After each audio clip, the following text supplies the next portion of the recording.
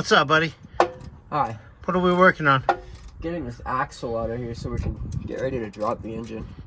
On this Ultra Van RV, the Cove Air motor.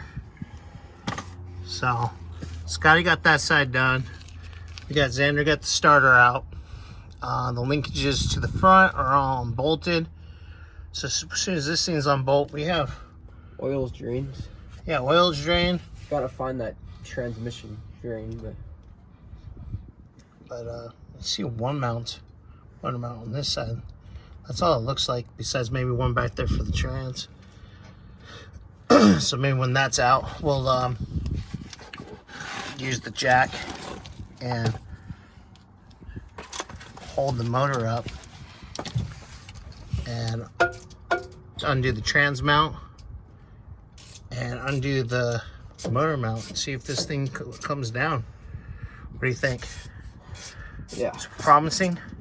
Hopefully. I think so. All right, guys, we'll get an update here in a few. How's it going over there? Tight and dirty. Yeah. Little space. We got the shifter linkage off the transmission. I believe this is a kickdown cable. So, you know, no, it shouldn't be a kickdown cable. What am I telling you? It's not on a mag stick.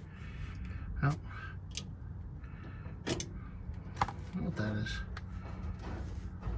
But we're in video, so we know where it goes. And then we're gonna find where the engine brake or transmission brace is at, kind of where he's at. Put the jack in the middle, so when he loosens that up, it doesn't fall on him. Because we like Xander. He's getting it small, fits in spots that me and Bobby don't. So, yeah, that's a little update here.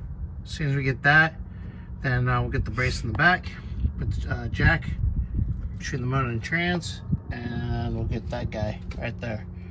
And the engine will be out. Yay. Yeah. All right, later.